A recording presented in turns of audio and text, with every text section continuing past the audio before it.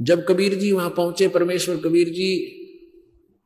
कबीर जी ने कहा कि मैं स्नान करूंगा बिजली खां, क्योंकि बिजली खां पठान ने सभी की खाने की आहार व्यवस्था करवा रखी थी। तो कबीर उस बिजली खां पठान ने कहा कि प्रभु यहां एक साथ में दरिया बहा करती थी,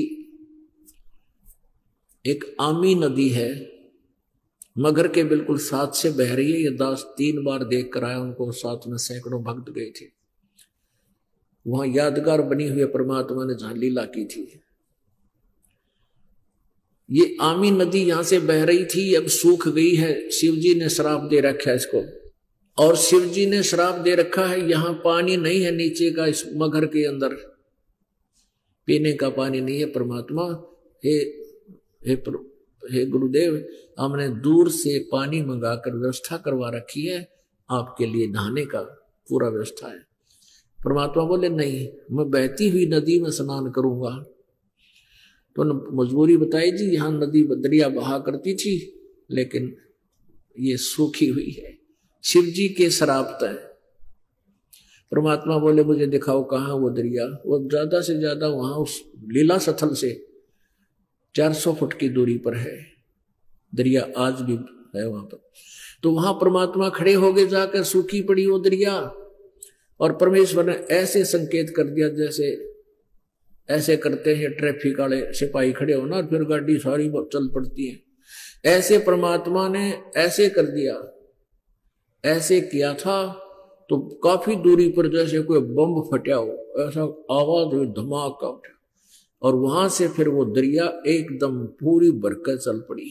ओए होए, 5 मिनट के अंदर अंदर वहां खड़े खड़े वो लबालब भर गई दरिया, और बहन लाई, आज तक चल रही है वो दरिया। सब बोलो सतगुरुदेव की जय।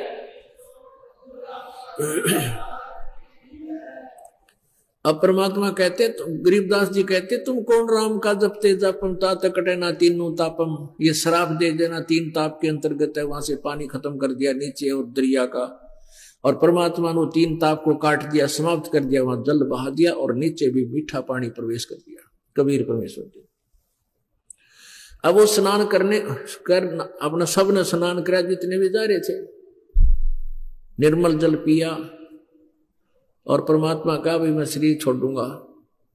तो श्रद्धा से नीचे एक चादर बिछाई सफेद, चादर के ऊपर थोड़े थोड़े फूल, आधा इंची यानी पूरे बिछा जी, यानी गुरु जी लेटेंगे श्रद्धा के साथ।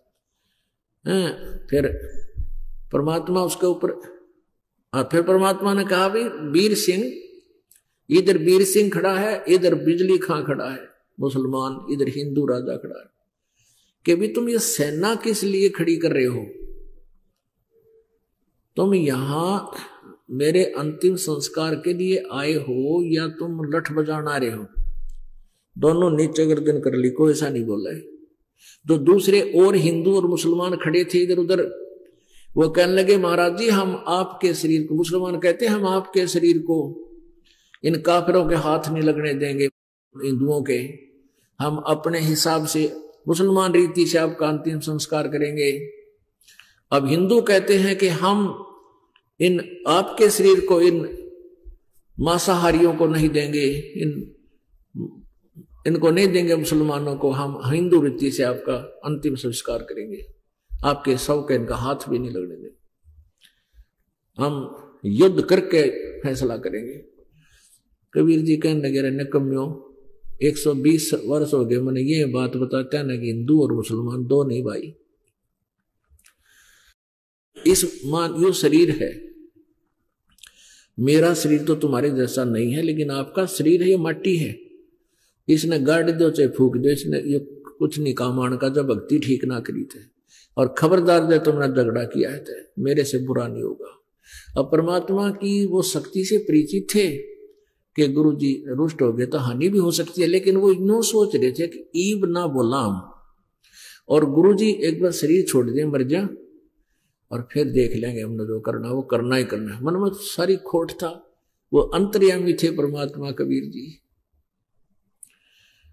उन्होंने वो जानते थे कि ये नाश करेंगे, गृह युद्ध हो जाएगा, महाभारत से भी भयंकर युद्ध हो जाना था जब परमात्मा अपनी समर्थता का वहां प्रमाण नहीं देते थे। फिर कहने लगे भाई बात सुन लो,